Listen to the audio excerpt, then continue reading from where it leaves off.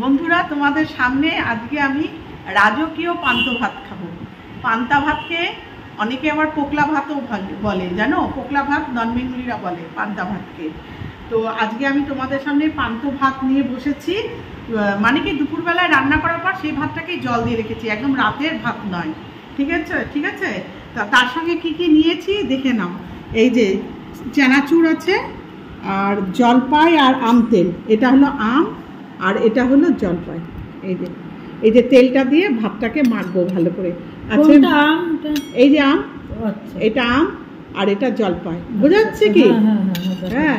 আর এই যে আছে মাছ ভাজা, আর পেঁয়াজ, শুকনো লঙ্কা ভাজা আছে, লবণ আছে, কাঁচা লঙ্কা আছে, পেঁয়াজ কুচিও আছে। ঠিক আছে। আর আছে এই যে তোমার গিয়ে মাছের ডিমের বড়া আছে। আর আছে তোমার আলু সিদ্ধ মাখা, পেঁয়াজ, কাঁচা লঙ্কা আর শুকনো লঙ্কা ভাজা দিয়ে আলু সিদ্ধ মাখা। আর এদিকে ডাল শুকনো মাখা, ডাল শুকনোটাও পেঁয়াজ আর কাঁচা লঙ্কা দিয়ে, শুকনো লঙ্কা দিয়ে মাখা। ছাতু মাখা আমি নিই নাই, কারণ ডাল আর ছাতু প্রায় একই রকমেরই হয়। ছাতু আছে, তার সত্ত্বেও আমি ছাতু নিইনি, যেহেতু ডাল শুকনোটা নিয়েছে ওই জন্য ছাতু স্কিপ করে দিয়েছি। আর তো আছে এই যে পান্তা ভাত, জল দেওয়া ভাত। হ্যাঁ বন্ধুরা, আর একটা কথা তোমাদের, এটা আমার লাঞ্চ, কিন্তু আজকে আমি লাঞ্চে খাচ্ছি। আর একটা কথা তোমাদের বলে দিই, যদি রাতের পান্তা ভাত হয় না, সেটা যত তাড়াতাড়ি পারবা মর্নিংয়ে খাওয়ার জন্যে। আর যত বেলা হয় না, তো পান্তা ভাতটা তখন পয়জন হয়ে যায়। এই জন্য রাতের যে পান্তা ভাতটা থাকে সেটা ভোর টাইপে খেতে হয়, ভোরের দিকে খেতে হয়। ধরো 7-8টার মধ্যে খেয়ে নিতে হয়। বেশি বেলা হলে ওটা বিষক্রিয়া হয়ে যায়, পয়জন হয়ে যায়। দেখবা যারা মাঠে কাজ করে, চাষি না, তারা সকালবেলা ভোরবেলায় পান্তা ভাত খেয়ে মাঠে যায় চাষ করতে। এই জন্য এটাই হলো কারণ। রাতের যে জল দেওয়া ভাত থাকে ওটা বেশি বেলা করে খেতে নেয়, তাহলেই তোমার অ্যাসিডিটি, অম্বল, শরীরে নানান রকম রোগের উপসর্গ হবে। কিন্তু পান্তা ভাত খাওয়া বলদায়ক, পান্তা ভাত খাওয়া বলদায়ক, কিন্তু ওই যে ভোরের দিকে খেতে হবে। আর এমনি যদি এখন তুমি ইটিং শো করো, পান্তা ভাত দিয়ে দুপুরে ভাত রান্না করে সেটাকে ঠান্ডা করে জল দিয়ে, এখন তো গরমকাল পড়ে গেল, এখন তো অনেক বড় বড় রেস্টুরেন্টেও পান্তা ভাত পাওয়া যায়। ওরকম করেই ওরা করে। ওরা কি আর রাতের ভাত করে না, ওই দিনের বেলায় করে ঠান্ডা করে নিয়ে, বাড়িতেও অনেকে করে। খুব গরম যারা যখন পড়ে যায় তখন ওই দুপুরবেলায় ভাত করে সেটাকে ঠান্ডা করে নেয়, নিয়ে তারপরে জল ঢালে। তো আমার আজকে পান্তা ভাতের তোমরা মেনু তো দেখলা, এটা তোমরা এক কথায় বলতে পারো রাজকীয় পান্তা ভাত। তো আমি খাওয়াটা শুরু করি। ততক্ষণ তোমরা আমার সাথে থাকো আর দেখতে থাকো।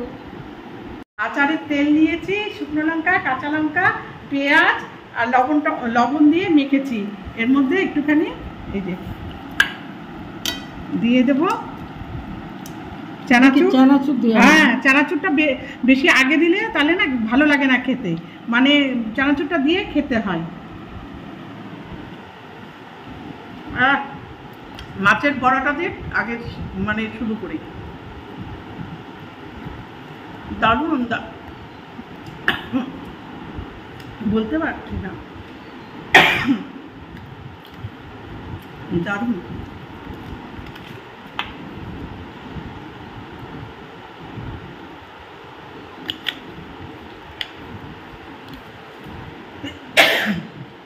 শুকনো লঙ্কার ঝাপটা ওটা লেগেছে। তা আমি খেয়ে নিই, তারপরে পরে আবার আসছি তোমাদের সামনে।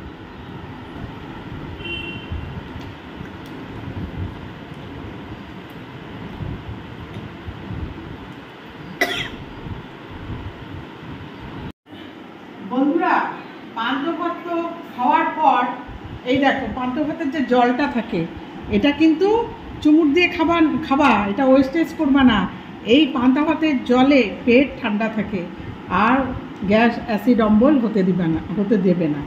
এটাকে জানো, আমাদের দেশের বাড়ি গ্রামে, বুঝলাম, আমাদের দেশের বাড়িতে আমার বাবার যেখানে জন্ম হয়েছিল সেই বাড়ির কথা বলছি। কিন্তু সেই বাড়িতে এই পান্তা, অনেকে হাসবে ওয়ার্ডটা শুনে, কিন্তু যারা জানে তারা হাসবে না।